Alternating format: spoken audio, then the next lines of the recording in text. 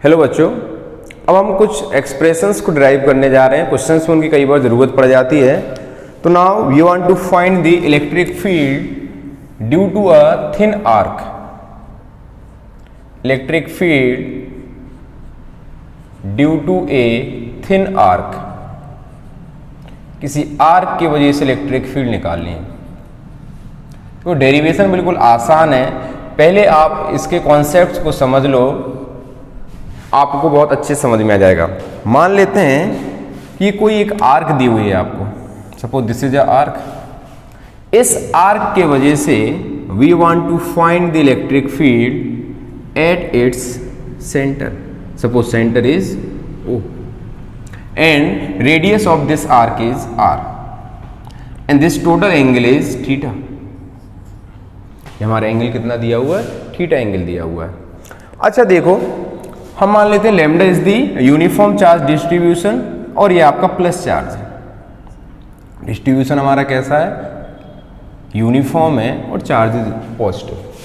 अब इसके वजह से हम इलेक्ट्रिक फील्ड निकालना है। चलो पहले से हम रियलाइज कर लेते हैं। मान लिया कोई जैसे आर्क है, आर्क के किसी भी एलिमेंट की वजह से हम इलेक्ट्रिक फील्ड निकालना चाहें, सपोज इसकी वजह से निकालना चाहें इस तरफ आएगी, इसकी वजह से निकालना चाहें तो इस तरफ आएगी, इसकी वजह से निकालना चाहें इस तरफ आएगी, इसकी वजह से निकालना चाहें इस तरफ आएगी। तो आप यहाँ पर क्या देखोगे, यदि इस आर्क को हम सेंटर से दो पार्ट्स में डिवाइड कर लें कुछ इस तरीके से, तो इस वाले की वजह से यदि इलेक्ट्रिक फील्ड इधर आती है तो इसके दो कंपोनेंट हो जाएंगे, इधर आपका डीई कॉस थीटा, इधर आपका डीई साइन थीटा।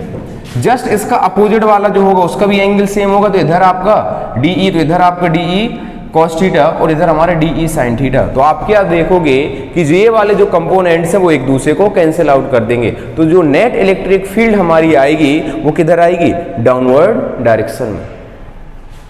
चलो हम इसका एक्सप्रेशन निकालते हैं कि आखिर ये इलेक्ट्रिक फील्ड है कितनी। तो इसे हम ऐसे दो पार्ट्स में हमने यहां पर डिवाइड किया। अब यहां से हम अल्फा एंगल पर जाके एक चार्ज ले लेते हैं, सॉरी एक स्मॉल एलिमेंट ले लेते हैं dx। दिस एलिमेंट की लेंथ कितनी है हमारी? dx। तो अल्फा पर अल्फा से जाके हमने एक छोटा सा आर्क ले लिया जिसकी लेंथ dx है और वो सेंटर पर कितना एंगल सबटेंड कर रहा है? The angle subtended by this is d alpha. कोई दिक्कत? तो हम सबसे पहले charge on this small element निकाल रहे हैं। तो क्या हो जाएगा? अच्छा, इसकी लेंथ कितनी हो जाएगी? तो dx की जो हमारी लेंथ है it will be r into d theta, तो ये हो जाएगा r इंटू डी अल्फा। भाई theta equals to r upon radius होता है, तो r इक्वल्स टू क्या हो जाएगा? Theta into radius, radius is r and theta is d alpha. Now charge on small element,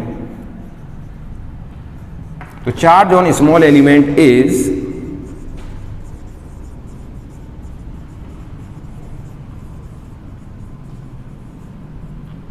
dq is equals to lambda into dx। तो lambda into dx की value कितनी है? r d alpha. तो this is the value of the charge on this small element. अब इस small element के वजह से यदि हम इलेक्ट्रिक फील्ड निकालेंगे तो इलेक्ट्रिक फील्ड हमारी कहीं यहां पर आएगी। If this angle is alpha तो ये एंगल भी क्या हो जाएगा हमारा? अल्फा हो जाएगा। तो इधर कंपोनेंट क्या हो जाएगा? डीई कॉस अल्फा और ये कंपोनेंट हमारा क्या हो जाएगा? DE sine alpha. आपको बताया था कि सिर्फ हमारा कॉस अल्फा वाला कंपोनेंट ऐड होगा तो हम ये बोल सकते हैं, सबसे पहले मैग्नीट्यूड निकालें। तो electric field due to small element क्या हो जाएगा? तो डीई इज इक्वल्स टू, तो क्या होता है? के क्यू अपॉन एक्स स्क्वायर। तो के इंटू डी क्यू की वैल्यू हम बाद में रख देंगे कितनी है? Lambda r d alpha upon x square क्या हो गया हमारा? डिस्टेंस इज आर, तो r square. Now this dE can be resolve into two components. DE को दो कंपोनेंट्स में हम रिजॉल्व कर सकते हैं। एक आपका रहेगा dE cos alpha and other is dE sine alpha. पहले ही हम डिस्कस कर चुके हैं कि जो डीई साइन अल्फा वाले कंपोनेंट हैं वो आपके कैंसिल आउट हो जाते हैं, सिर्फ हमारे कौन सा कंपोनेंट बचते हैं? D E cos alpha. तो net electric field at O is, net electric field at O is, तो E is equals to integration of d E cos alpha. चलो ठीक, लिमिट कहां से कहां हो जाएगी, तो ये देखो यदि ये हमारा थीटा है और अपने हमने दोनों तरफ इक्वल लिया तो ये एंगल आपका थीटा बाई 2 हो जाएगा, ये भी थीटा बाई 2 हो जाएगा। तो इस तरफ क्या हो गया, this is minus theta by 2 to plus theta by 2। यदि माइनस थीटा बाई 2 से प्लस थीटा बाई 2 इसे हम यदि इंटीग्रेट कर दें तो पूरी हमें इलेक्ट्रिक फील्ड आ जाएगी। अब डायरेक्टली हम वैल्यूज को रखना है, तो माइनस थीटा बाई 2 तो प्लस थीटा बाई 2।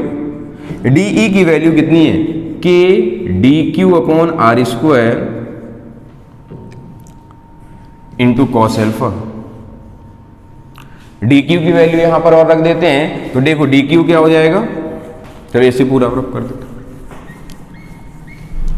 तो E is equals to minus theta by 2 plus theta by 2, k d q is lambda r d alpha upon r square into cos alpha.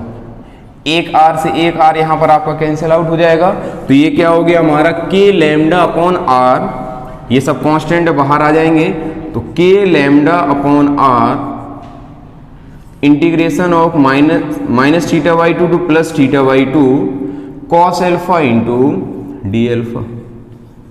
Now integration of the cos alpha is sine alpha, तो minus theta by 2 to plus theta by 2, तो upper limit, तो एक बार alpha की जगह हम theta by 2 रखेंगे, एक बार minus theta by 2 रखेंगे, तो माइनस माइनस प्लस हो जाएगा, तो ये क्या हो जाएगा, के लैम्डा अपॉन आर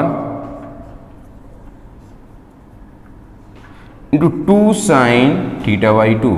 और डायरेक्टली हम बोल सकते हैं कि इलेक्ट्रिक फील्ड का जो एक्सप्रेशन आ गया, expression for the electric field is 2k lambda upon r sine theta by 2। This is the net electric field. इसे हम 1/4 पाई एप्सिलॉन नॉट के फॉर्म में भी लिख सकते हैं, तो E इक्वल्स टू क्या हो जाएगा, K की वैल्यू हम क्या लिख सकते हैं, 1/4 पाई एप्सिलॉन नॉट, तो ये हो जाएगा lambda upon 2 pi epsilon naught r sine theta by 2। जो भी फॉर्म में आप याद करना चाहें उस फॉर्म में हम इसे याद रख सकते हैं, बात एक जैसी। नाउ स्पेशल केसेस, यहां पर क्या क्या स्पेशल केसेस बन सकते हैं, तो नाउ इफ दी, तो case first,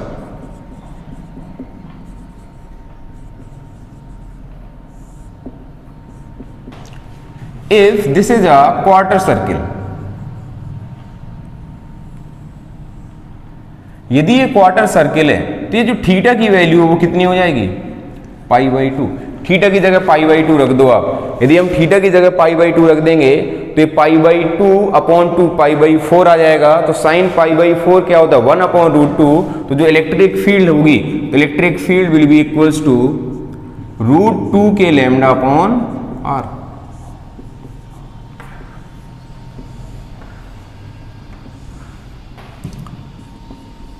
Now, if it is a semi circle, यदि ये सेमी सर्कल है तब क्या होगा,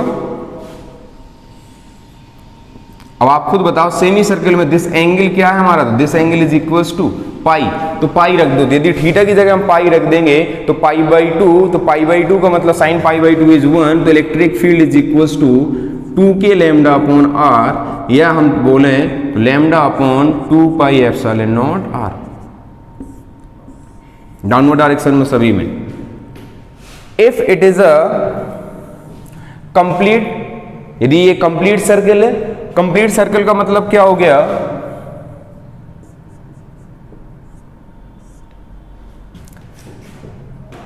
if theta is equals to 2 pi, पूरा सर्कल है,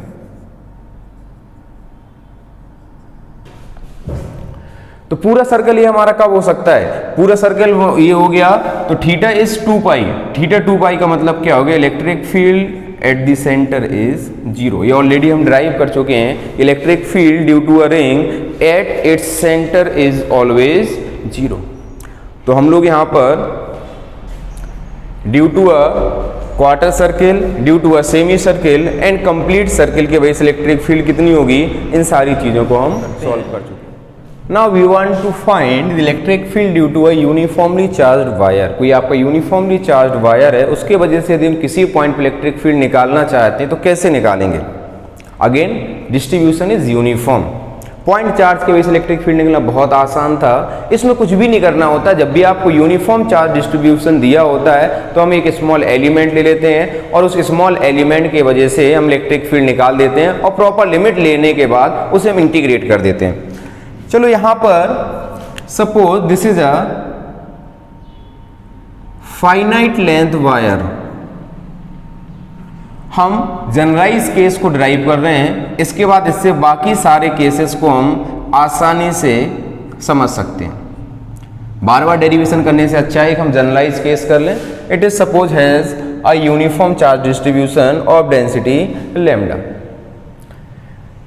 अब एक कोई पॉइंट P है which is at a perpendicular distance r from the rod. Rod से हमारा परपेंडिकुलर डिस्टेंस r है। सपोज यदि ये मिड पॉइंट नहीं है तो हम यदि दोनों एंड्स को P पॉइंट से ज्वाइन करें तो ऑब्वियस सी बात है जो ये एंगल्स होंगे ये एंगल्स हमारे अलग अलग बनेंगे। ये एंगल्स हमारे अलग अलग बनेंगे। Suppose this angle is θ1 and this angle is θ2। ध्यान रखोगे आप यहां पर θ1 को हमने इस एक्सिस से, suppose this axis is OP से हमने क्लॉकवाइज मेजर किया है और θ2 को हमने एंटी क्लॉकवाइज मेजर किया हुआ है। तो जब भी आप इससे रिलेटेड क्वेश्चंस आते हैं तो ध्यान रखना कि θ1 और θ2 को हमने कैसे मेजर किया हुआ है। तो यहां पर क्या है, जो इलेक्ट्रिक फील्ड आएगी उसको समझते हैं कि इलेक्ट्रिक फील्ड आएगी कैसे। देखो अच्छे से आप लोग एक चीज को आप ध्यान रखेंगे कि जो यहां पर हम लोग फॉर्मूले ड्राइव कर रहे हैं उनमें हमने इसको मिड पॉइंट पे नहीं माना है। ये OP is not the bisector, तो यहां जो एंगल्स होंगे वो अलग अलग होंगे। फिर इसके बाद हम बहुत सारे केसेस कर लेंगे जिसमें हमारा θ1 और θ2 दोनों इक्वल होंगे। इनफाइनाइट वायर के लिए क्या केस होगा उनको हम अलग से फिर डिस्कस कर लेंगे। अभी हम जनरलाइज केस को ड्राइव कर रहे हैं। तो देखो हम इसमें क्या करते हैं, इसमें हमने इसको अलग से बना दे रहे हैं। तो suppose this is a point P। हम x डिस्टेंस पर जाके एक स्मॉल एलिमेंट लेते हैं dx। हमने x डिस्टेंस पे जाके एक स्मॉल एलिमेंट ले लिया इसका रॉड का dx। ठीक, इस dx को हम यहां पर ज्वाइन कर देते हैं। उसी में हमने किया ये, एंड दिस एंगल इज θ। अब क्या करेंगे, हम इसके वजह से यहां पर इलेक्ट्रिक फील्ड निकाल देंगे। फिर उसे हम इंटीग्रेट कर देंगे -θ2 से +θ1 और आपका ये आसानी से सॉल्व हो जाएगा। ये डिस्टेंस कितनी हो जाएगी, r, ये x है, तो now this distance is r² + x²। Now due to this element dx, the direction of the electric field will be like this. This is dE. Now it will have two components. If this angle is θ, then by geometry this angle is also θ. This component will be dE cos θ and this is dE sin θ. Now in this case, since θ1 and θ2 are not equal, hence we will have both components। x direction वाला भी component होगा। x direction components को हम denote कर लेते हैं Ex से। तो dE cos θ is component of the electric field in x direction and dE sin θ is the component of the electric field in y direction. Now charge on the small element, charge on small element, what will be charge on this element? तो dq is equals to lambda into dx। तो charge on this element is lambda into D x. भाई lambda equals to क्या होता है, Q upon L, तो Q हमारा क्या हो गया, डी क्यू, और लेंथ कितनी है हमारी, डी एक्स। तो electric field due to this small element, तो क्या हो जाएगी, तो d is equals to k d q upon what is distance, r square plus x square, square root में यदि उसका होल स्क्वायर करेंगे स्क्वायर रूट हट जाएगा, तो this r square plus x square.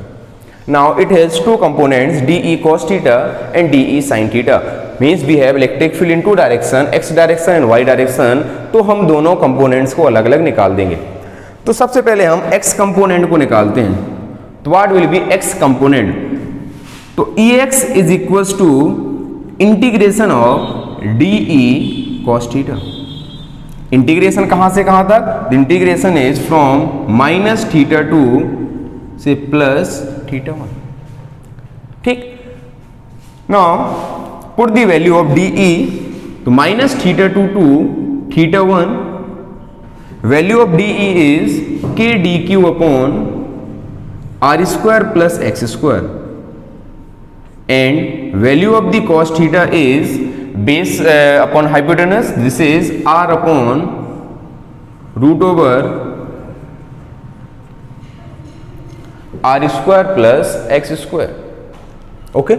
Now what will be this value, from minus theta two to plus theta 1, k r d q upon r square plus x square whole power 3/2। Now we have limits in respect of angles, तो हम इससे पहले angles में change कर देंगे। तो जैसे आप इंटीग्रेशन सॉल्व करते हैं उसी अकॉर्डिंग इसे हमें सॉल्व करना है। कैसे हम सॉल्व करेंगे, ना put x is equals to r tan theta, put x equals to r tan theta, तो यहां से dx क्या हो जाएगा, तो dx is equals to r sec square theta d theta. Put this value of the dx,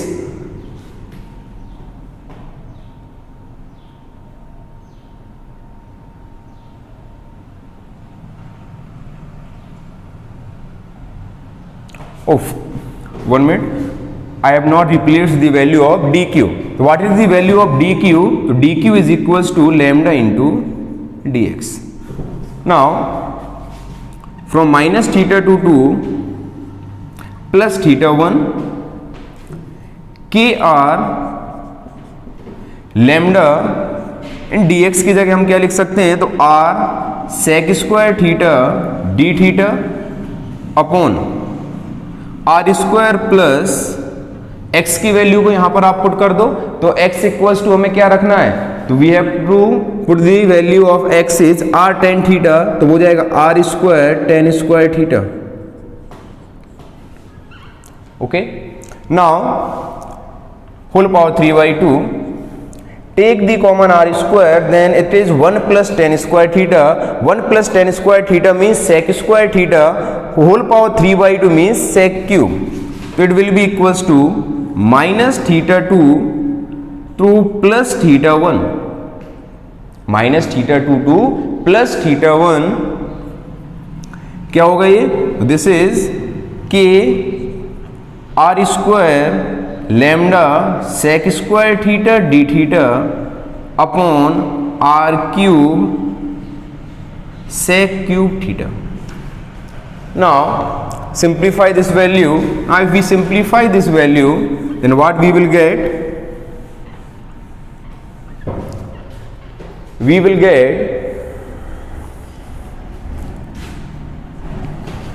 minus theta by 2 to theta 2 to theta 1. ये are square है, यहाँ आर क्यूब है, तो नीचे आपका क्या बचेगा सिर्फ आर, तो k lambda upon r, this is sec square theta, this is 1 sec cube theta cancel हो जाएगा, तो 1 upon sec theta, 1 upon sec theta is cos theta, this is cos theta d theta. तो actually ये value कितनी आ गई, तो this is k lambda upon r constant इसे बाहर ले लिया, minus theta 2 to plus theta 1 cos theta d theta. Now this can be integrated very easily. तो k lambda upon r, integration of the cos theta is sin theta, put the value, it will be sin theta 1 plus sin theta 2. This is the component of the electric field in x direction. You can memorize it, then can directly be used in the questions.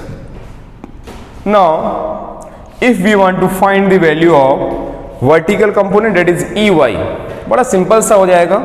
EY देखो यदि निकालना हो, कुछ भी नहीं करना है, हम वहां पर इंटीग्रेशन किसका करते हैं, तो DE sin थीटा, तो इट विल बी सिंपली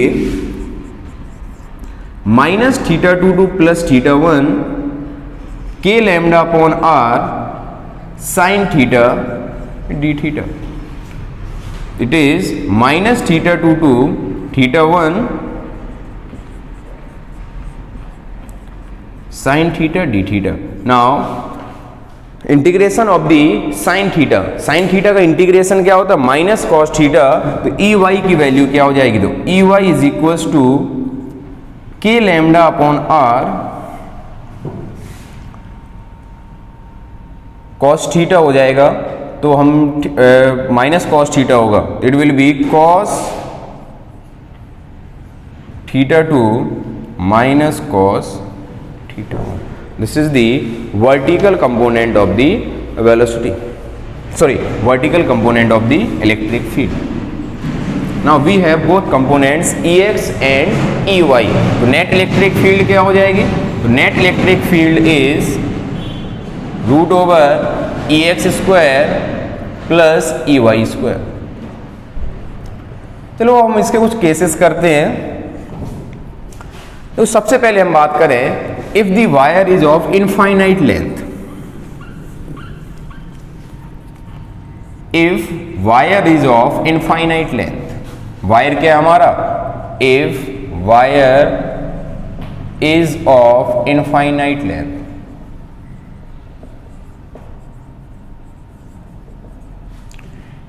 देखो यदि इनफाइनाइट लेंथ है और कोई पॉइंट P है एट अ डिस्टेंस R, तो सबसे पहली बात कि this point P is always the mid point of the wire. कहीं पर भी आप ले लो तो इलेक्ट्रिक फील्ड हर पॉइंट पर सेम होगी, क्योंकि चाहे आप यहां ले लो तो यहां भी इनफाइनाइट लेंथ है, इस तरफ भी इनफाइनाइट लेंथ है, तो for every position point P is on the mid point of this wire. तो अब यहां पर आप देखोगे कि यहां जो आपका एंगल होगा, हम यदि यहां पर लेते हैं तो थीटा 1 और थीटा 2 क्या हो जाएगा, तो थीटा 1 वायर को हम ऐड करें, देखो यहां होता तो ये एंगल और बढ़ाता जाता, वायर की लेंथ और बढ़ जाती, ये एंगल और लेंथ की वायर की लेंथ बढ़ गई, ये एंगल. अब ये इनफाइनाइट पे जाके मिलेगा, तो इनफाइनाइट पे जाके मिलेगा, it means theta 1 is pi by 2 that is 90 degree and theta 2 is also 90 degree. अब यहां पर आप रख दो तो Ex की वैल्यू क्या हो जाएगी, तो sine 90 is 1 plus sine 90 is 1, तो 2k लैम्डा अपॉन r.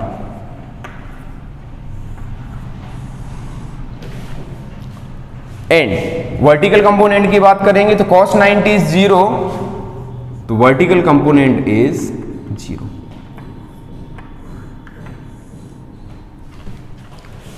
कोई डाउट यहां तक. Now if the wire is of infinite length की जगह हमारा क्या हो गया, finite length.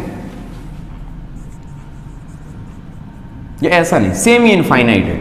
If wire is of semi infinite length,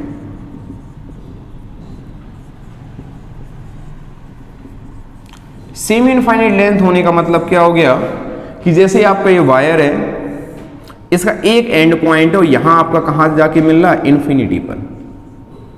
इस केस में आपका क्या हो जाएगा, suppose this is point P, तो theta 1 will be 90 degree and theta 2 is 0. Theta 1 हमारा क्या हो जाएगा, 90 हो जाएगा और थीटा 2 हमारा 0 हो जाएगा. तो इस केस में हमारा Ex की वैल्यू क्या हो जाएगी, तो Ex is equals to theta 1 90 कितना हो गया आपका 1 और sine 0 is 1, that is k lambda upon r. And what is y component, तो यहां पर आप cos 90 cos 0 is 1, cos 90 is 0, तो again k lambda upon r. Both are perpendicular to each other, hence net electric field will be √2 k lambda upon r. Graph भी बनाना चाहे तो देखो इस केस में हमारे इलेक्ट्रिक फील्ड का ग्राफ क्या हो जाएगा. अब तो बड़ा आसान है, E और R इनवर्सली प्रोपोर्शनल. एक सेमी इनफाइनाइट वायर दिया हुआ है, इस पोजीशन पॉइंट P दी हुई है और ये आपका ये वायर है, ऐसे है वायर आपका. एक एंड से यदि हम ज्वाइन करते हैं तो आपका एंगल कितना बना रहा है, 37 degree. We have to find the electric field at point P और ये आपका इनफाइनाइट वायर है. तो calculate the electric field at P. Now how we will solve this problem. तो देखो इस क्वेश्चन की यदि हम बात करें तो θ1 एंड θ2 को आपको मैंने बोला था उसे एक बार रिकॉल करो. तो जो ऊपर वाले एंड से हम ज्वाइन करते थे वो हमारा क्या था, θ1, और जो आपके यहाँ पर नीचे ज्वाइन करते थे वो क्या होता था हमारा, θ2. तो हमें θ1 की यदि यहाँ बात करेंगे तो यदि इसको हम पॉइंट P को यहाँ ज्वाइन करते हैं तो इन्फिनिटी पे जाके मिलेगा, तो θ1 इज 90 डिग्री. नाउ कंफ्यूजन कहां पर हो जाता है, तो कंफ्यूज यहां पर हो जाते हैं बच्चे कि θ2 की वैल्यू क्या होगी. तो देखो ये नहीं होगी θ2. मैंने आपको बोला था कि जब हम θ1 मेजर करते हैं तो it is clockwise, θ2 is always anti clockwise. तो यहां से हमें इस एंड को मिलाना है, कैसे, anti clockwise. This will be θ2. तो θ2 की वैल्यू कितनी हो जाएगी, तो 360 degree minus 37 means 2 pi minus θ. अब इसको आसानी से आप सॉल्व कर सकते हैं. तो Ex की वैल्यू क्या थी हमारी, तो Ex is k lambda upon r sin θ1 plus sin θ2 and what is the value of the Ey. तो value of the Ey is k lambda upon r cos θ2 minus cos θ1. इन values को रख दो, question को आप आसानी से solve कर सकते हैं.